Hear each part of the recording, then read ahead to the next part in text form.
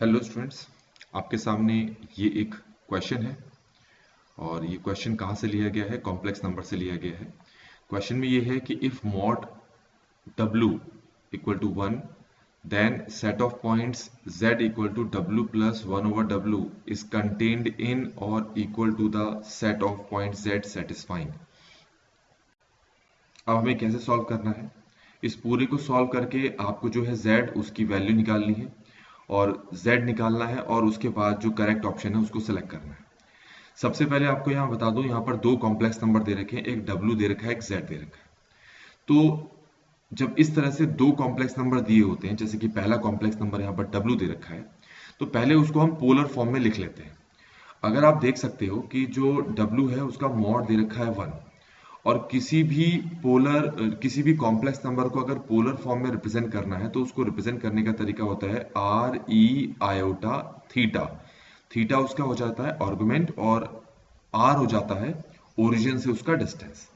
तो यहां पर आर का वैसे एक मतलब और होता है omega W E iota theta. यहां तक क्लियर हो गया होगा आपको।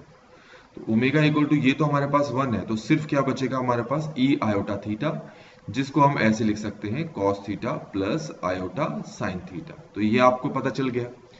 अब आपको जो z कॉम्प्लेक्स नंबर है वो दे रखा है ओमेगा प्लस 1 ओवर ओमेगा। तो हम क्या करते हैं, ये जो ओमेगा है इसकी वैल्यू पुट कर देते हैं। तो यहां पर पुट करेंगे तो cos theta plus iota sine theta आएगा और यहां पर आ जाएगा 1 over cos theta plus iota sine theta. ये समझ में आ गया होगा। अब यहाँ पर तो cos theta plus iota sine theta as it is रखना है और यहाँ रेशनलाइज करोगे तो ऊपर cos theta minus iota sine theta आएगा और नीचे आपके पास बन जाएगा cos square theta minus iota square sine square theta. अच्छा, ये नीचे वाला जो हिस्सा है ये 1 बन जाएगा, ये तो खुद ही आपको करना आना चाहिए। तो अब फाइनली अगर हम इन दोनों को ऐड करें तो आयोटा साइन थीटा कैंसिल हो जाएगा, तो हमारे पास z कितना आ जाएगा 2 cos थीटा। तो इससे हमें ये तो पता लग गया कि z जो ये कॉम्प्लेक्स नंबर है वो प्योरली रियल है और प्योरली रियल होने के चक्कर से जो इमेजिनरी z है वो हमारे पास 0 हो गया, जो कि हर ऑप्शन में दे ही रखा है। अब अगर हम z का रियल पार्ट निकालें, रियल पार्ट ऑफ z, तो रियल पार्ट ऑफ z हमारे पास सिर्फ यही पूरा का पूरा रियल पार्ट ऑफ z है, क्योंकि मैं इसको ऐसे भी लिख सकता हूं 0 आयोटा। तो रियल पार्ट ऑफ z हमारे पास हो गया 2 cos थीटा। ये क्लियर हो गया होगा, ठीक है। अच्छा, अब आपको ये चीज पहले से पता होगी, जो cos थीटा है उसका जो मॉड है ऑलवेज 1 या उससे कम होता है। तो अगर मैं यहां पर जो ये रियल पार्ट ऑफ z है इसका अगर मॉड निकालू दोनों तरफ, ठीक है, तो कुछ इस तरीके से लिखकर दिखाऊंगा मैं। cos 2 का मॉड लगाने की जरूरत नहीं है हमें यहां पर।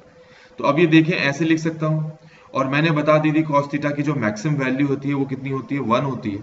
तो अब मैं cos थीटा को हटाऊंगा और उसकी जगह यही लिख दूंगा, तो ये हो जाएगा ग्रेटर देन इक्वल टू, ये लगाऊंगा तो हमारा सिंपल सी बात है ना 2।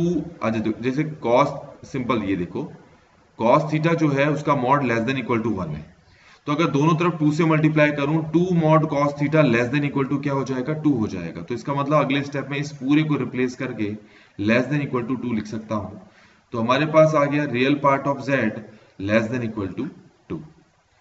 तो अगर आप वापस क्वेश्चन पे जाएंगे तो आपको दिखेगा कि जो सी ऑप्शन है वो आपके आंसर के साथ मैच कर रहा है। और इस तरीके से बच्चों ये वाला क्वेश्चन ना यहां पर कंप्लीट होता है।